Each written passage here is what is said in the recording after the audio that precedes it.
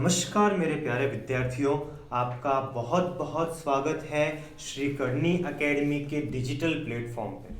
आप हैं मेरे यानी कि अंकित राठी के साथ में, और आप और मैं आज शुरुआत करेंगे हमारे अर्थशास्त्र के यात्रा की। हमारी जो अर्थशास्त्र की जर्नी है उसकी अब हम शुरुआत करेंगे, उसके बारे में अब हम बात करेंगे। और अर्थशास्त्र क्या है, इसको कैसे समझना है, इसको किस तरीके से याद करना है, कैसे मेमोराइज करना है और कैसे अपने मार्क्स को स्कोर करना है, ये मैं आपको सिखाऊंगा, ये मैं आपको बताऊंगा। और किस तरीके से इस सब्जेक्ट को बहुत ही आसानी से, बहुत ही हंसते खेलते तरीके से हम समझ पाएंगे, इस बारे में हम ये पूरी चर्चा करेंगे। तो अर्थशास्त्र क्या है, किस तरीके से इस सब्जेक्ट को समझना है और कैसे इस सब्जेक्ट के अंदर में हमारे पास में काम करना है हमको, उसके ऊपर में अब हम चर्चा करेंगे। तो सबसे पहला पॉइंट जो मेरे पास में आता है वो क्या आता है, अर्थशास्त्र क्या है। एक बहुत बड़ा प्रश्न मेरे सामने बन जाता है जब भी मैं ये बात अपने सामने देखता हूं। देखिए, जब हमने क्लास 10th की बात की थी या 9th की बात की या 8th की बात की थी, तब वहां पे हमने इस शब्द को सुना तो जरूर था। किसमें सुना था इस शब्द को? हमने जो हमारे सामाजिक विज्ञान के सोशल साइंसेस के सब्जेक्ट्स होते हैं उसके अंदर में शब्द को हमने सुना होगा कि वहां पर एक शब्द आता था अर्थशास्त्र, जिसमें कभी तो हमने कृषि की बात की होगी, कभी हमने उसमें सांख्यिकी की बात की होगी और कभी कभी हमने उसके अंदर में भारत की बात की होगी, भारत के राष्ट्रीय आय की बात की होगी।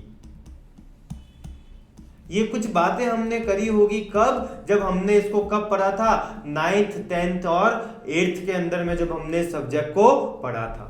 लेकिन अब हम कहाँ आ गए हैं, अब हम क्लास 11th के अंदर में आ गए हैं। और 11th के अंदर में आने के बाद में जब ये सब्जेक्ट के फॉर्म में हमारे सामने आता है, तब इसकी पूरी बातें जो है उसको गहराई से समझना बहुत जरूरी है, उसको गहराई से जानना बहुत जरूरी है। तो अर्थशास्त्र क्या है, देखिए प्यारे स्टूडेंट्स, यहाँ ध्यान से देखिएगा, ये दो वर्ड आ रहे हैं मेरे पास में, अर्थ और शास्त्र। अर्थ का मतलब क्या है और शास्त्र का मतलब क्या है, ये दोनों बातों को जब हम आज समझेंगे तभी हम इस शब्द को, अर्थशास्त्र को समझ पाएंगे। तो चलिए समझते हैं इस अर्थशास्त्र सब्जेक्ट को, इस अर्थशास्त्र को कि अर्थशास्त्र क्या है।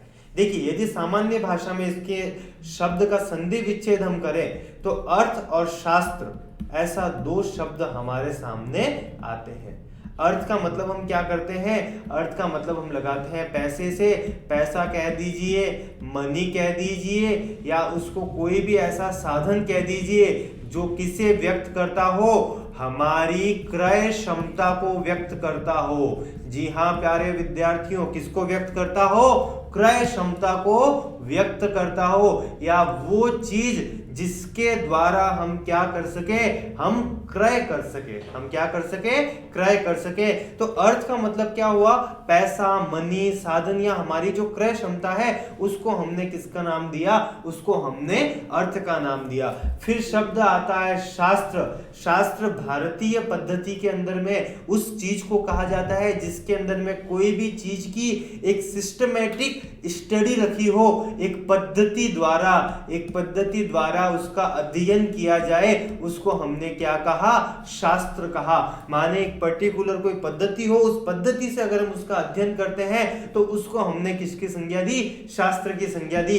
तो इससे एक बात तो स्पष्ट होती है कि इसके अंदर में हम किसकी बात करेंगे, मनी की बात करेंगे, और मनी किस पद्धति से अध्ययन की जाए उस पद्धति की बात करेंगे।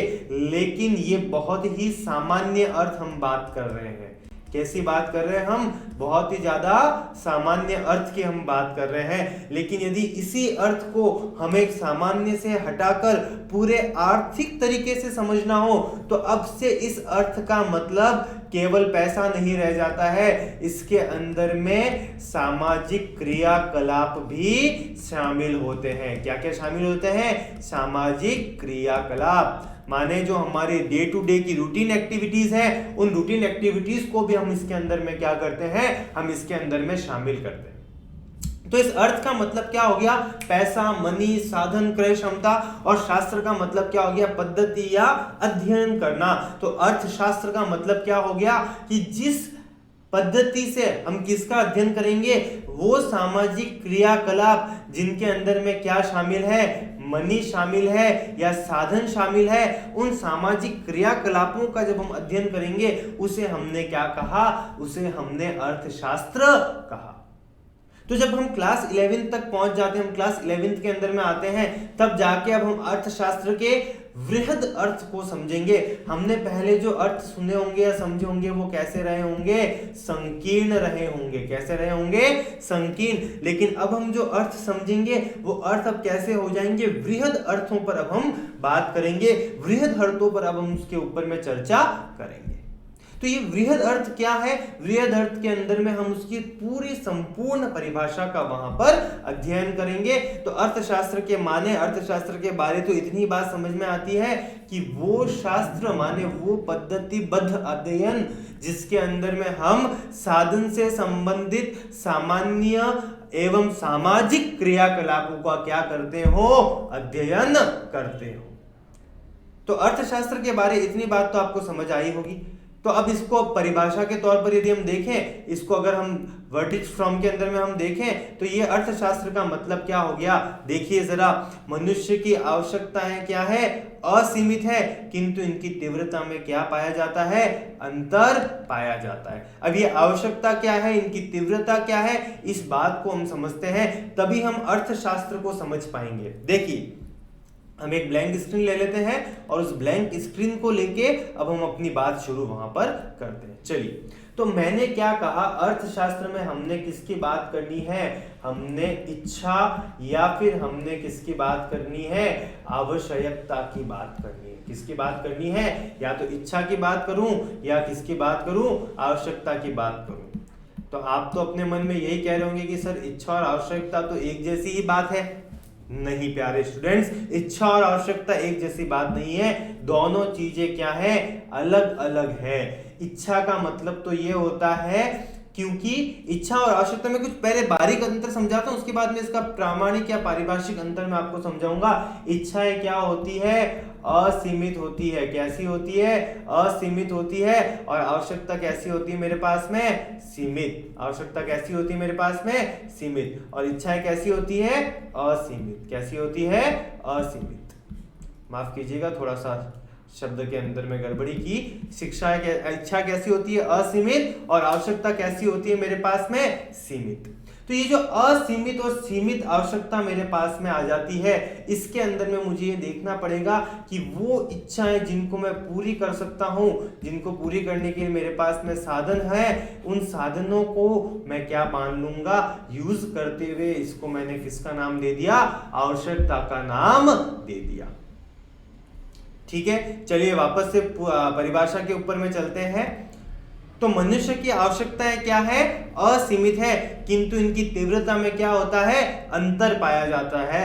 कुछ आवश्यकताएं तो अधिक तीव्र होती है और कुछ आवश्यकताएं कम तीव्र होती है। तो एक बात इसको समझ लीजिए, कैसे कुछ आवश्यकता एकदम अति तीव्र होती है और कुछ आवश्यकताएं कम तीव्र होती है। आपका ही एग्जांपल ले लेते हैं। जब आपको भूख लगती है पेट के अंदर में, उस वक्त जो भोजन की आवश्यकता होती है वो कैसी होती है, तीव्र होती है, या कभी बाद में भी संतुष्ट कर देंगे ऐसा लगता है।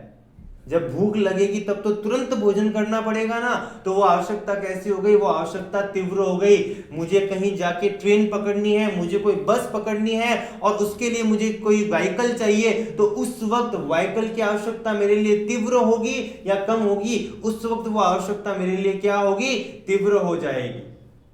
लेकिन कुछ ऐसी आवश्यकता है, जैसे मुझे मेरे घर में फर्नीचर खरीदना है, कोई कुर्सी खरीदनी है, कोई सोफा सेट खरीदना है, अब ये आवश्यकता कैसी है, वो आवश्यकता धीरे धीरे भी पूरी की जा सकती है, उसकी तीव्रता कुछ कम हो जाएगी, उसकी तीव्रता में कुछ अंतर मिल जाएगा। तो इन आवश्यकताओं की पूर्ति के लिए क्या होते हैं, समाज के जो सभी सदस्य हैं वो प्रयत्नशील रहते हैं। आपने देखा होगा आपके आसपास में या अपने मोहल्ले में देखिएगा, कोई डॉक्टर होगा, कोई इंजीनियर होगा, कोई चार्टर्ड अकाउंटेंट होगा, किसी की अपनी शॉप होगी, कोई कंपनी में जॉब कर रहा होगा, कोई बैंक में जॉब कर रहा होगा, कोई स्कूल में पढ़ा रहा होगा, हम जाके स्कूल में पढ़ रहे होंगे। तो ये सारी चीजें, हमारे जो किसान है वो खेत जोतते होंगे, हमारे पास में जो ट्रांसपोर्टेशन का काम करते हैं कुछ ड्राइवर्स ऐसे होंगे। तो हर कोई व्यक्ति क्या करता है, अपने अपने कला के द्वारा, अपनी अपनी स्किल के द्वारा, अपने अपने टैलेंट के द्वारा उस समाज के अंदर में अपनी बाकी आवश्यकताओं को पूरा करने के लिए क्या रहता है, प्रयत्नशील रहता है। कभी कोई व्यक्ति कुछ काम करेगा, कभी कोई व्यक्ति कुछ काम करता है। तो जैसे मैंने यहाँ उदाहरण भी लिया है कि वकील क्या करता है, न्यायालय में बहस करता है, डॉक्टर नर्स अस्पताल में मरीजों की देखभाल करते हैं, अध्यापक जो है वो विद्यालय में पढ़ाता है, किसान खेत जोतता है, मजदूर पत्थर तोड़ता है। तो ऐसे हर एक व्यक्ति जो है वो अलग अलग तरीकों से अपना जो काम है वो यहाँ पर करते हैं, और वो सारे लोग इन कामों के एवज में क्या लेते हैं, मनी। क्या लेते हैं, मनी।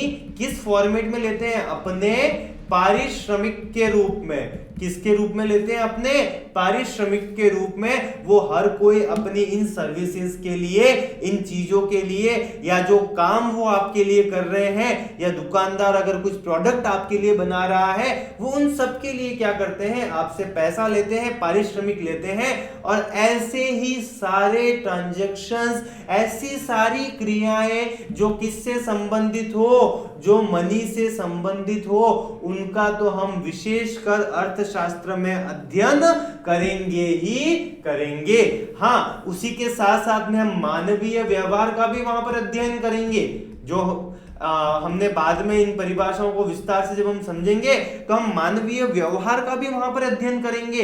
तो ये मानवीय व्यवहार का अध्ययन क्या होगा, इसको भी हम बाद में डिटेल में पूरा समझेंगे। पर अभी के लिए तो इतना ही समझना है कि अर्थशास्त्र के अंदर में हम उन सभी चीजों का अध्ययन करते हैं जो किससे संबंधित हो, जो मनी से संबंधित हो, और साथ ही साथ में किससे संबंधित हो, मानवीय व्यवहार से संबंधित हो।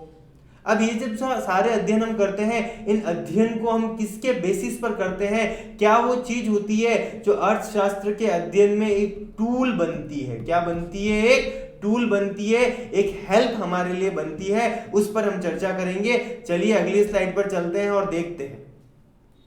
तो वो सारी क्रियाएं जो आवश्यकताओं की पूर्ति के लिए की जाती है और मानवीय आवश्यकताओं की संतुष्टि के लिए, ऐसे सभी प्रयत्नों का अध्ययन हम कहाँ करते हैं, अर्थशास्त्र के अंतर्गत हम वहां पर करते हैं। तो देखो यहाँ पे एक बात आएगी डियर स्टूडेंट्स, इसको ढंग से समझना। ये कैसा विज्ञान है, सामाजिक विज्ञान है। कैसा विज्ञान है ये, सामाजिक। चलिए एक बार इसके अंदर में पेन के कलर को चेंज करते हैं ताकि आप और अच्छे से इसको समझ पाए। ये कैसा विज्ञान है, ये है सामाजिक विज्ञान। सामाजिक विज्ञान का मतलब क्या हुआ, वो विज्ञान जो किसका अध्ययन करता हो, समाज का अध्ययन करता हो। किसका अध्ययन करता हो, समाज का अध्ययन करता हो। और विज्ञान का मतलब क्या हो गया, विज्ञान का मतलब हो गया विशिष्ट ज्ञान। विज्ञान का मतलब क्या हुआ, विशिष्ट ज्ञान। विशिष्ट ज्ञान का मतलब क्या हुआ, जो क्रमबद्ध तरीके से, किससे, क्रमबद्ध तरीके से क्या करता हो, अध्ययन करता हो। किससे अध्ययन करता हो, क्रमबद्ध तरीके से अध्ययन करता हो, उसे हमने क्या कहा, विज्ञान। तो सामाजिक विज्ञान का मतलब क्या हुआ, वह चीज जो समाज का किससे अध्ययन करती हो, क्रमबद्ध तरीके से अध्ययन करती हो। तो अर्थशास्त्र कैसा विज्ञान है, वह सामाजिक विज्ञान है जिसके अंतर्गत सामाजिक, वास्तविक व सामान्य मनुष्यों की आवश्यकताओं की संतुष्टि के लिए किए जाने वाले प्रयत्नों का क्या किया जाता है, अध्ययन किया जाता है। मतलब अर्थशास्त्र के अंदर में हम सभी प्रकार के मनुष्यों का अध्ययन करते हैं। क्या करते हैं, हम सभी प्रकार के मनुष्यों का अध्ययन करते हैं। इसमें मनुष्य के साथ साथ में हम पशु पक्षी जीव सभी का अध्ययन करेंगे। वो सारे लोग जो किसमें शामिल है, आर्थिक क्रियाओं में शामिल है। किसमें शामिल है, आर्थिक क्रियाओं में। यह आर्थिक क्रियाएं बड़ा इंपॉर्टेंट शब्द है अर्थशास्त्र को समझने के लिए डियर स्टूडेंट्स। वो सारी क्रियाएं जो किससे संबंधित है, अर्थ से संबंधित है, मतलब पैसे यानी कि मनी से संबंधित है। वो सारी क्रियाएं कैसी क्रियाएं हैं, आर्थिक क्रियाएं हैं। या वो क्रियाएं जिनके अंदर में हमने कोई भी बात का विनिमय किया हो, ट्रांजैक्शन किया हो, एक चीज को दूसरी चीज से हमने क्या किया हो, चेंज किया हो, वो सारा चीज हमारे पास में क्या हो गया, आर्थिक क्रियाएं हो गया। तो अर्थशास्त्र की जो सामान्य परिभाषा है वो तो सिर्फ इतनी है कि अर्थशास्त्र वो सामाजिक विज्ञान है जिसके अंतर्गत सामाजिक, वास्तविक और सामान्य मनुष्यों की आवश्यकताओं की हम क्या करते हैं, संतुष्टि के लिए किए जाने वाले प्रयत्नों का क्या करते हैं, अध्ययन करते हैं। देखिए आपके सामने एक वर्ड आ रहा होगा, प्रयत्नों का अध्ययन करते हैं। किसका अध्ययन करते हैं? प्रयत्नों का। तो इसी को हमने क्या कहा? इसी को हमने अर्थशास्त्र कहा। तो अब अर्थशास्त्र के अंदर में कुछ बड़े इंपॉर्टेंट पॉइंट्स, कुछ बड़े इंपॉर्टेंट चीजें मेरे सामने आती है, जिसमें पहला सबसे इंपॉर्टेंट मेरे पास में क्या आया? उपभोक्ता। जो जनरली आप और मैं, हम सामान्य मनुष्य होते हैं। उपभोक्ता का मतलब क्या है? जो क्या करे? उपभोग करे। क्या करे? उपभोग करे। और उपभोग का मतलब क्या है? इसको ध्यान से समझिएगा स्टूडेंट्स, क्योंकि ये बातें आपको किताबों में नहीं मिलेगी। उपभोग का मतलब क्या है? उपभोग का मतलब है हमारे पास में किसी भी वस्तु अथवा सेवा से, क्या है? किसी भी वस्तु अथवा सेवा से उपयोगिता को प्राप्त करना। क्या है? उपयोगिता को प्राप्त करना। ये हमारे पास में क्या आ जाता है? उपभोग आ जाता है। तो जब भी हम किसी भी वस्तु या सेवा से उपयोगिता को प्राप्त करते हैं तो वह चीज किस में चली जाती है? उपभोग में चली जाती है। और जो व्यक्ति उपभोग करता है वो क्या बन जाता है? उपभोक्ता बन जाता है। चलिए भाई फटाफट से सर एक उदाहरण बता दीजिए। तो उदाहरण सुन लीजिए साहब कि आपने क्या किया? आपने जाके दुकान से एक पेन खरीदा। अब वो पेन जो आपने खरीदा, वो पेन आपने रुपए 10 दे करके खरीदा था, और ये पेन जब आप घर लाए और आपने इसका क्या किया भाई? आपने इसका उपभोग किया। इससे आपने लिखा, अपनी आवश्यकता की क्या की? प्रत्यक्ष रूप से, माने जो चीज सामने से आपको दिख रही है उस तरीके से, प्रत्यक्ष रूप से जिसको आप महसूस कर पा रहे हैं, अपनी आवश्यकता की आपने क्या की? संतुष्टि की। और ये जो आवश्यकता की आपने प्रत्यक्ष रूप से संतुष्टि की, इसलिए आपको क्या कहा गया? आपको उपभोक्ता कहा गया। तो जब एक व्यक्ति अपनी आवश्यकता की प्रत्यक्ष संतुष्टि के लिए किसी वस्तु को खरीदता है तो वो क्या कहलाता है? वो उपभोक्ता कहलाता है। इतनी बात समझ में आई कि उपभोक्ता का मतलब क्या? उपभोक्ता का मतलब वो है जो उस वस्तु का क्या करे? उपभोग करे। और उपभोग का मतलब मैंने आपको यहां बताया ही है कि वस्तु या सेवा से जो उपयोगिता को प्राप्त करने की बात है, वही मेरे पास में क्या है? उपभोग है। और इसीलिए हमने उसको क्या कहा? उपभोक्ता कहा। चलिए साहब, अब जब उपभोक्ता है, हम उपभोग कब कर पाएंगे बताइए जरा आप? जब कोई क्या करेगा?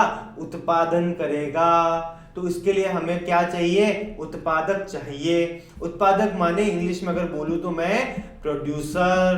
प्रोड्यूसर कौन होता है?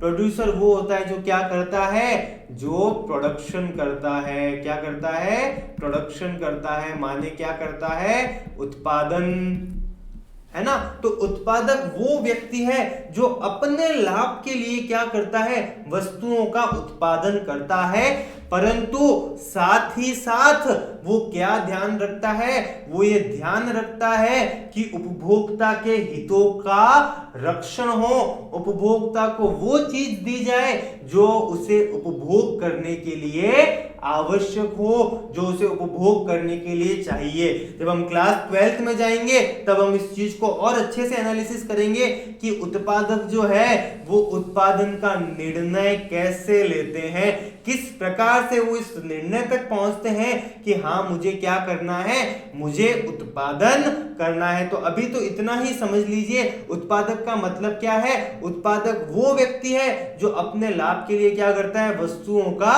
उत्पादन करता है। तो अभी हमने 2 पॉइंट्स पढ़े यहाँ पर। क्या पढ़ा? एक तो हमने पढ़ा उत्पादक, और दूसरा हमने क्या पढ़ा? उपभोक्ता। क्या पढ़ा हमने? उपभोक्ता। तो ये दोनों चीजें ध्यान रखिएगा, उत्पादक और उपभोक्ता। तो उत्पादक का तो मतलब क्या हो गया? जो प्रोड्यूस करे, और उपभोक्ता का मतलब क्या हो गया? जो क्या करे? कंज्यूम करे। तो इसको तो हमने क्या कह दिया कि ये तो साहब क्या करेंगे? प्रोड्यूस करेंगे, और ये साहब क्या करेंगे? ये कंज्यूम करेंगे। तो जब ये कंज्यूम करेंगे और ये प्रोड्यूस करेंगे तो क्या होगा? तब होगा विनिमय। क्या होगा तब? विनिमय। यानी कि क्या जन्म लेगी? आर्थिक क्रिया। क्या जन्म लेगी? आर्थिक क्रिया। और जब ये आर्थिक क्रिया जन्म लेगी तो अर्थशास्त्र तो वहां पर आना ही आना है। तो देखो स्टूडेंट्स ध्यान दो, 11th के अंदर में जब हम अब आए हैं तब हमने अर्थशास्त्र की गहराई से मतलब समझना शुरू कर दिया है। तो एक तो हमने सामान्य परिभाषा समझी थी, उस सामान्य परिभाषा में हमने क्या समझा था कि अर्थशास्त्र क्या है कि जो मानवीय क्रियाकलापों का अध्ययन करे, वो मानवीय क्रियाकलाप जो किससे संबंधित हो? आर्थिक क्रियाओं से संबंधित हो। तो अब हम क्या समझ रहे हैं? अब हम समझ रहे हैं कि अर्थशास्त्र के महत्वपूर्ण घटक क्या क्या है, क्या क्या ऐसे फैक्टर्स है, कौन कौन वो लोग हैं जो अर्थशास्त्र को बनाकर रखते हैं, जो अर्थशास्त्र का कंस्ट्रक्शन करते हैं, जो अर्थशास्त्र को बनाते हैं। तो वो हमारे पास में कौन हो गए? उपभोक्ता और उत्पादक। चलिए आगे देखते हैं और हमारे लिए कौन इंतजार कर रहा है? विक्रेता। विक्रेता कौन है? जो उनको क्या करेगा? सेल करेगा, जो उनका विनिमय करेगा, जो उनको बेचेगा। ये मेरे पास में कौन बनेगा? विक्रेता बनेगा। तो वो व्यक्ति क्या करेगा? ये उत्पादन नहीं कर रहा है, ये सिर्फ क्या कर रहा है? विक्रय कर रहा है। सिर्फ क्या कर रहा है? विक्रय कर रहा है। और विक्रेता के साथ में एक शब्द जुड़ा है, वो क्या है?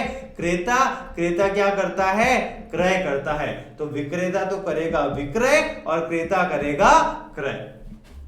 तो ये विक्रेता और क्रेता दोनों भी अर्थशास्त्र के बहुत ही इंपॉर्टेंट घटक है, क्योंकि ये भी किसको संचालित करते हैं? ये भी आर्थिक क्रियाओं को संचालित करते हैं। तो विक्रेता कौन हुआ? वो व्यक्ति जो वस्तुओं को स्वयं के लाभ के लिए किसको बेच देता है? दूसरों को बेच देता है। उसको हमने क्या कहा? उसको हमने विक्रेता कहा। और साथ ही साथ में हमने किसका मतलब समझ लिया?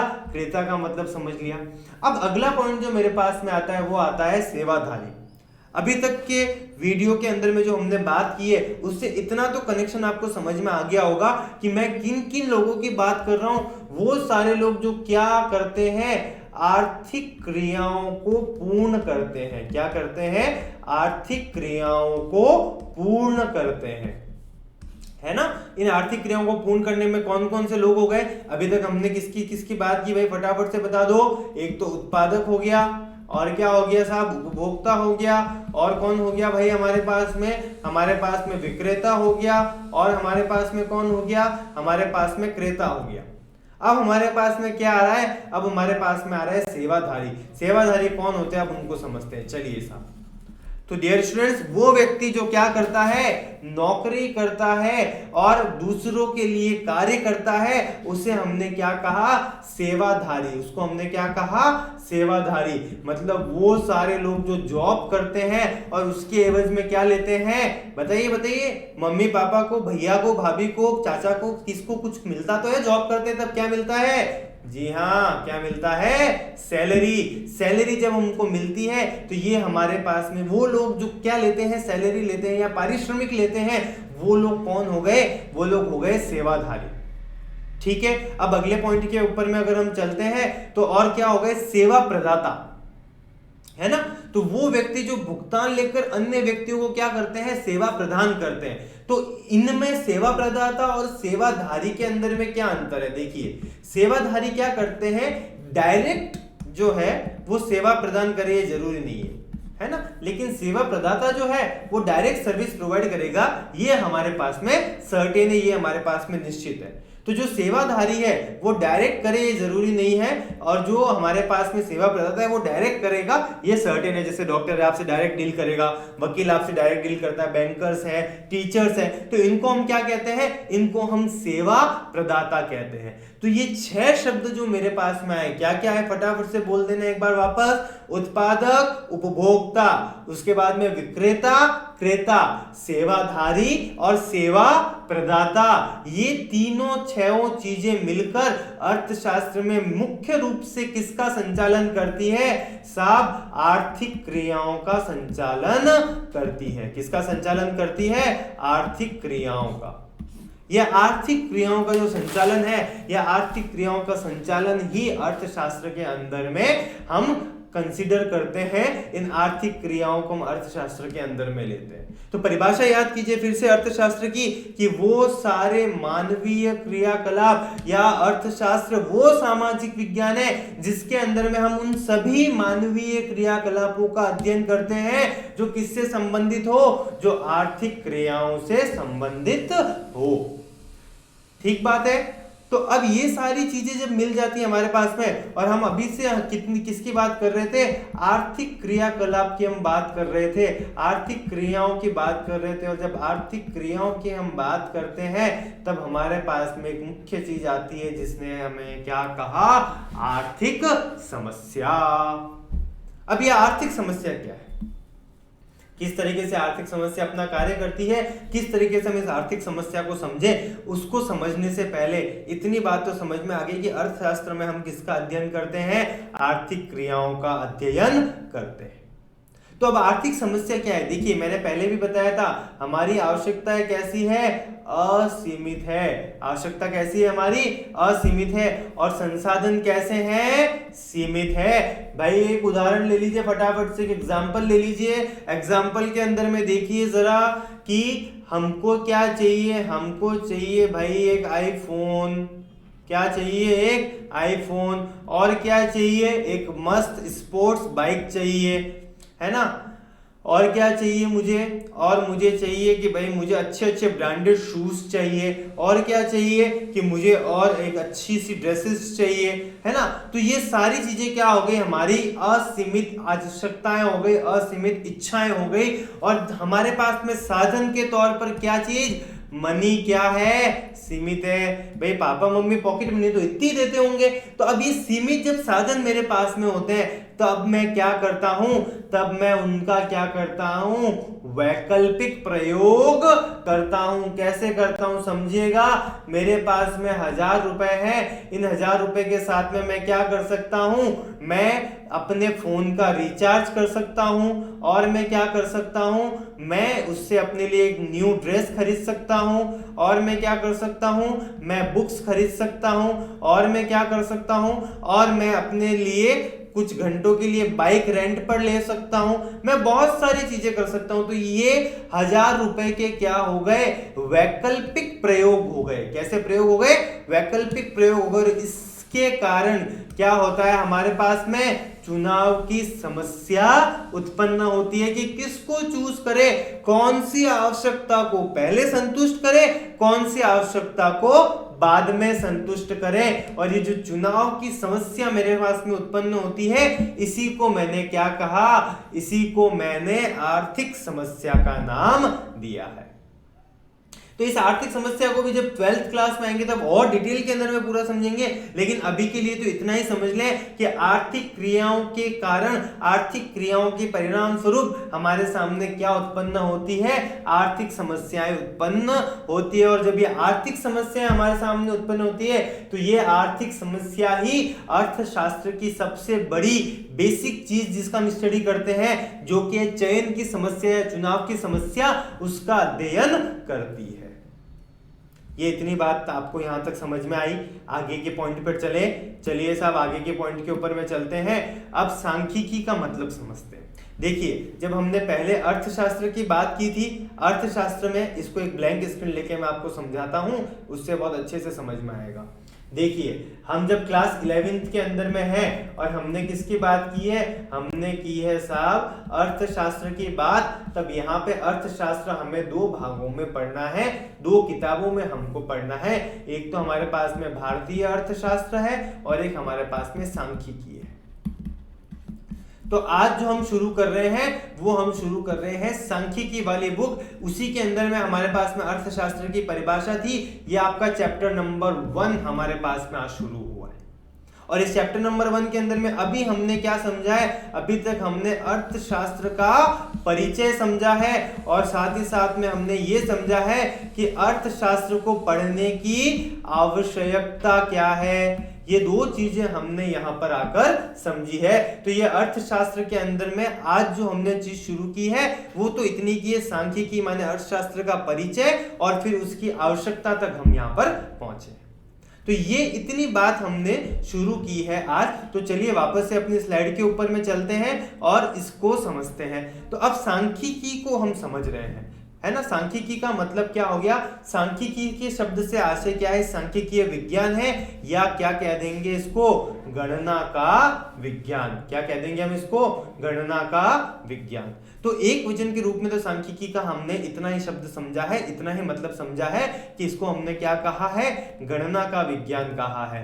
लेकिन बहुवचन में सांख्यिकी का मतलब क्या होता है, समंकों या आंकड़ों से है, जो किसी विशिष्ट क्षेत्र से संबंधित संख्यात्मक तथ्यों को हमारे सामने क्या करे, प्रस्तुत करे। एक वचन के रूप में हमने क्या कहा था कि भाई सांख्यिकी क्या है, संख्याओं का अध्ययन है। देखिए वापस से पिछली स्लाइड के ऊपर में चलते हैं। एक शब्द में क्या है, गणना का विज्ञान, सांख्यिकी विज्ञान माने किसकी बात करेंगे, गणना की बात करेंगे, नंबर्स की बात करेंगे, डेटा की बात करेंगे। लेकिन जैसे ही हम बहुवचन के रूप में चले जाएं, बहुवचन के रूप में सांख्यिकी का अर्थ क्या है, संबंधित संख्यात्मक तथ्य जो किसी भी विशिष्ट क्षेत्र से क्या हो, संबंधित हो। ये किस बहुवचन में हो गया, बहुवचन के रूप में सांख्यिकी का अर्थ हमारे पास में आ गया। तो अब सांख्यिकी का सामान्य परिचय के तौर पर हम इतना कह सकते हैं कि आंकड़ों के एकत्रीकरण से, प्रस्तुतिकरण से और विश्लेषण से सांख्यिकी का संबंध है। और ये किसी भी क्षेत्र से हमारे पास में आंकड़े आ सकते हैं। जैसे एक उदाहरण के लिए मैंने यहाँ पे बात ली है कि भारत में चावल का उत्पादन वर्ष 1974-75 में कितना था, 39.58 मिलियन टन था, जो 13-14 में बढ़कर कितना हो गया, 106.5। ये कैसा आंकड़ा हो गया, ये एक स्टेटमेंट हो गया। कौन सा स्टेटमेंट हो गया, सांख्यिकीय वाक्य हो गया, स्टैटिस्टिकल स्टेटमेंट हो गया, और ये आंकड़े हमको बताते हैं। तो ये कैसी बात हुई, ये हमारे पास में मात्रात्मक आंकड़े हो गए। इसी तरीके से हमारे पास में गुणात्मक की भी बात आएगी, जो हम आगे डिस्कस करेंगे। तो ये गुणात्मक आंकड़ों की भी हमारे पास में बात आएगी। तो हम अर्थशास्त्र में जो सांख्यिकी है, उस सांख्यिकी में मात्रात्मक और गुणात्मक दोनों आंकड़ों का अध्ययन वहां पर करते हैं। चलिए अब इस परिभाषाओं को जो हमने पहले एक वचन और बहुवचन के रूप में समझी थी, उसको और हम डिटेल में अगर हम समझें तो एक वचन में सांख्यिकीय विज्ञान से है, और विज्ञान की परिभाषाओं को दो भागों में बांटा है। एक तो संकीर्ण परिभाषा है और एक बृहत परिभाषा है। तो जो A.L. बाउले है उसने कुछ परिभाषाएं दी है कि सांख्यिकी क्या है, गणना का विज्ञान है। देखिए इसमें जो भी परिभाषा आएगी उसके अंदर में हमारे पास में नंबर्स, ये तो बहुत ही इंपॉर्टेंट आएगा, डाटा ये एक शब्द आएगा हमारे पास में, माने संख्या तो हमारे पास में रहेगी ही रहेगी, क्योंकि इसके नाम में ही संख्या है। इसको हमने सांख्यिकी कहा है, जो संख्याओं से ही बना है। और संख्याओं की हम क्या करते हैं, कैलकुलेशन करते हैं, माने क्या करते हैं, गणना करते हैं, है ना। और क्या करते हैं सांख्यिकी के अंदर में, इसके लिए और बाउले ने एक और बात कही कि ये औसतों का विज्ञान है ना। और क्या है, सांख्यिकी वो विज्ञान है जो सामाजिक व्यवस्था को क्या मानता है, संपूर्ण मानकर सभी रूपों में उसका क्या करता है, मापन करता है ना। और बोडिंगटन के अनुसार उन्होंने क्या दिया कि सांख्यिकी अनुमानों और संभाविताओं का क्या है, विज्ञान है। मतलब इसमें हम क्या करते हैं, इसमें हम अनुमान लगाते हैं, इसमें हम संभावनाओं की तलाश करते हैं। और बहुवचन के रूप में क्या हो गया, समंक अनुसंधान। क्या कर दिया हमने, अनुसंधान कर दिया किसी विभाग में तथ्यों के संख्यात्मक क्या है विवरण। तो बहुवचन के रूप में हमने जैसे पहले भी कहा था कि बहुवचन में क्या होगा, हम एक स्पेसिफिक जगह की बात करेंगे, हम एक स्पेसिफिक चीज की बात करेंगे, तो उसका हमने किसको बोल दिया, बहुवचन के रूप में वहां पर सांख्यिकी के अर्थ को समझ लिया। तो एक वचन में तो क्या है, ये एक संख्याओं का विज्ञान है। बहुवचन में क्या है कि ये उन आंकड़ों का हमारे पास में प्रेजेंटेशन है जो किसी पर्टिकुलर विभाग या किसी पर्टिकुलर चीज से क्या है, संबंधित है। ठीक है। होरेस स्क्राइटिस्ट ने एक और परिभाषा दी थी, वो परिभाषा आपके सामने क्या परिभाषा थी कि समंक से हमारा अभिप्राय तथ्यों के उन समूह से है जो अगणित कारणों से पर्याप्त सीमा तक क्या होते हैं, प्रभावित होते हैं, और उनको क्या किया जाए, संख्याओं में व्यक्त किया जाए। तो ये कुछ परिभाषा है जो हमको समझनी पड़ेगी जब हम बहुवचन के रूप में सांख्यिकी की बात करेंगे। तो सार रूप में तो इतनी बात है, एक वचन में गणना का विज्ञान है और बहुवचन के अंदर में किसी विशिष्ट आंकड़ों का जब प्रदर्शन है, विशिष्ट आंकड़ों का संख्यात्मक विवरण है, वही हमारे पास में क्या है, सांख्यिकी है।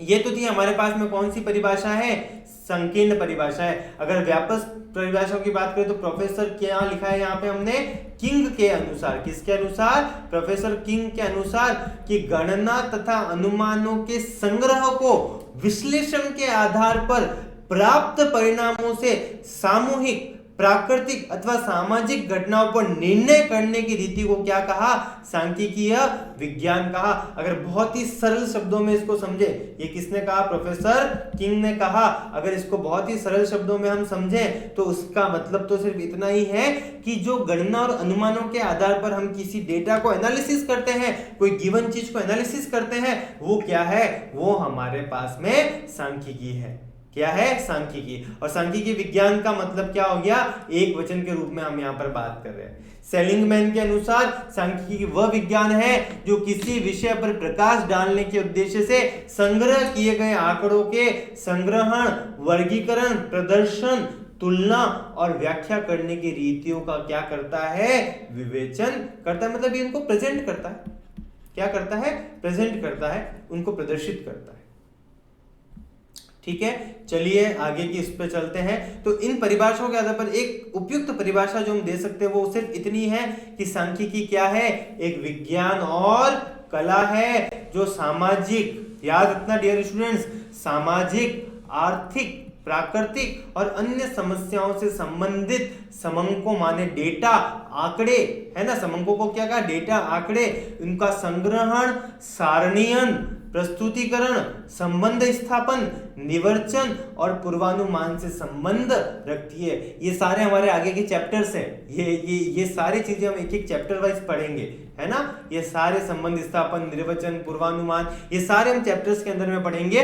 तो ये हम वहां पर डिटेल में डिस्कस करेंगे। अभी तो परिभाषा के तौर पर हम इसको याद रख सकते हैं ताकि निर्धारित उद्देश्यों की क्या हो सके, पूर्ति हो सके। तो आपको आज अर्थशास्त्र में आर्थिक चीजों का जो मतलब है वो समझ में आया होगा। आर्थिक, हमने जो ट्रांजैक्शंस की बात की थी, हमने आर्थिक चीजों से संबंधित जो चर्चा की थी वो आपको समझ में आई होगी। और फिर अर्थशास्त्र में जो सांख्यिकी है उसका जो मतलब है वो आपको समझ में आया होगा। तो अगर सारांश रूप में मैं बोलूं तो मैंने आज क्या शुरू किया, आज मैंने अर्थशास्त्र का अध्ययन शुरू किया। अर्थशास्त्र का अध्ययन हम किस क्लास में कर रहे हैं, क्लास 11th में कर रहे हैं। इसके हमको 2 पार्ट 11th में पढ़ने हैं। एक तो क्या पढ़ना है, भारतीय अर्थव्यवस्था, और दूसरा हमको क्या पढ़ना है, हमें पढ़ना है सांख्यिकी। सांख्यिकी किस में पढ़ना है, अर्थशास्त्र में हमको सांख्यिकी पढ़ना है ना। हमने फिर यहाँ पे अर्थशास्त्र की परिभाषा की जो किससे संबंधित हो, जो आर्थिक क्रियाओं से संबंधित हो। साथ ही साथ में हमने उन घटकों को समझा जो आर्थिक क्रियाएं करवाते हैं, जिनमें से जैसे था हमारे पास में उत्पादक था, उत्पादक के बाद में उपभोक्ता था, है ना। उसके साथ ही साथ में हमारे पास में क्या था, हमारे पास में क्रेता था, हमारे पास में विक्रेता था, है ना। तो ऐसे हमारे पास में अलग अलग, और साथ ही साथ में हमारे पास में क्या थे, हमारे पास में थे प्रोड्यूसर और कंज्यूमर, हमने देख लिया। क्रेता और विक्रेता हमने हमारे पास में देख लिया। और हमारे पास में क्या था, सेवादाता और सेवा प्रदाता, या सेवादार या सेवा प्रदाता। ये हमने आज आर्थिक क्रियाओं में अध्ययन वहां पर किया। और फिर हमने सांख्यिकी के बारे में चर्चा शुरू की और उसकी परिभाषा 2 चीजों में समझी। एक तो मैंने समझी एक वचन में, और एक परिभाषा मैंने किस में समझी, बहुवचन में समझी। एक वचन में तो ये क्या है, ये एक सांख्यिकीय विज्ञान है, और बहुवचन में ये क्या है, ये किसी विशिष्ट आंकड़ों का हमारे सामने प्रदर्शन है। तो इतनी बात हमने आज की वीडियो में की। आने वाले जो वीडियोस हैं उसके अंदर में हम समझेंगे कि सांख्यिकी की सीमाएं क्या है, इसका क्षेत्र क्या है, क्या परिभाषाओं को और विस्तार के अंदर में समझेंगे, और साथ ही साथ में ये भी समझेंगे कि सांख्यिकी का उपयोग हम अर्थशास्त्र में किस कारण से करते हैं। तो आज के लिए बस इतना ही। आप सभी का बहुत बहुत धन्यवाद। Thank you so much for watching this video with us. मैं आपका इकोनॉमिक एजुकेटर अंकित राठी अब लेता हूं आपसे विदा। नमस्कार।